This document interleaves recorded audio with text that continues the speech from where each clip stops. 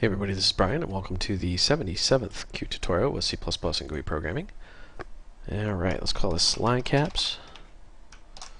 And yes, I'm still very sick, so please forgive me if I sound a little weird. Some people would argue I always sound weird, but we ignore them anyways. Okay. Open up dialog.h and we're just going to add our includes here.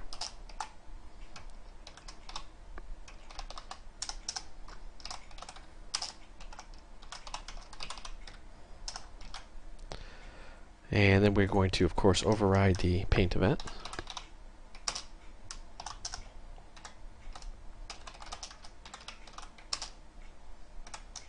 If you have no idea what I'm doing, as I've said in other videos, please go back and watch the start of this section. It'll make things much clearer.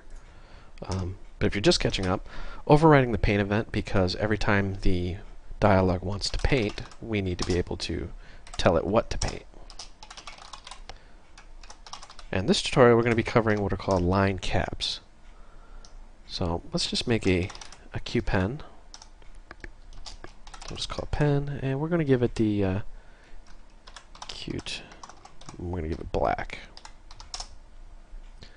We'll say pen, set width, and we're going to make these really thick. We'll say 15. And we're doing this mainly so it'll show up really good in the video, because I know the video is a little blurry compared to what I see on my screen. Now we're going to make a QPoint object. I'm going to call this start point. And we're going to put this at 20, 30. That's X and Y. A little copy and paste magic here. Somebody had messaged me and told me the really cool shortcut. I wish I remembered. I think it was like a Control Up or something like that. It basically redoes the same line you just typed. But darn it, I forgot. I'm very sorry. So we're going to say pen, and we need to set the cap style. And we're just going to say Qt flat cap. Now, what is a cap? A cap is the very end of the line, how Qt actually draws it. It has several different things it can do. So we're going to say set pen, and we're just going to add our pen in there. And then painter, we're going to draw a line. And we're going to just give it start point, and of course end point. Let's compile and run this real quick, just so we can get some explanation going on here. Maybe once this builds, there we go. So we have our start point and we have our end point, and the cap is actually the very end of this line, how Qt decides to draw that. Now this looks like just a plain old boring line that you've seen a million times, but you notice how it's got the flat cap. Well, that's the default, is the flat cap. So now we're going to go through and we're going to actually create a couple more.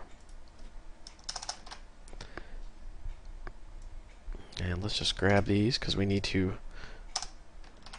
we're just going to reuse the same points. We're just going to move them down the screen a little bit. So we're going to say start point, and we're going to say set Y, and we're going to move it down to 50. And we're going to say end point, set Y, and of course 50, because we want them to be a straight line. And we want to give it a square cap.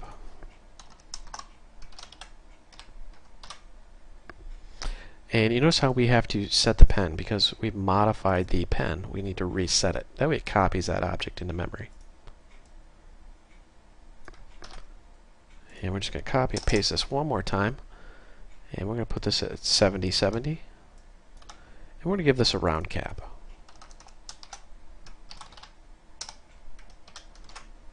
Save and run, and with any luck it'll compile, and there we go.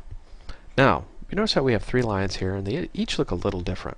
Here's our flat cap, which is the default. It just stops drawing. Our square cap actually adds an extra bit of width here, or I should say bit of length. That's square shaped. And then we have the round cap, which is nice and rounded.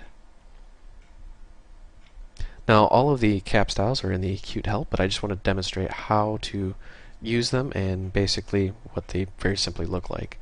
So this is Brian. Thank you for watching. I hope you found this tutorial educational, entertaining, and keep up on that feedback, guys. I enjoy hearing from you.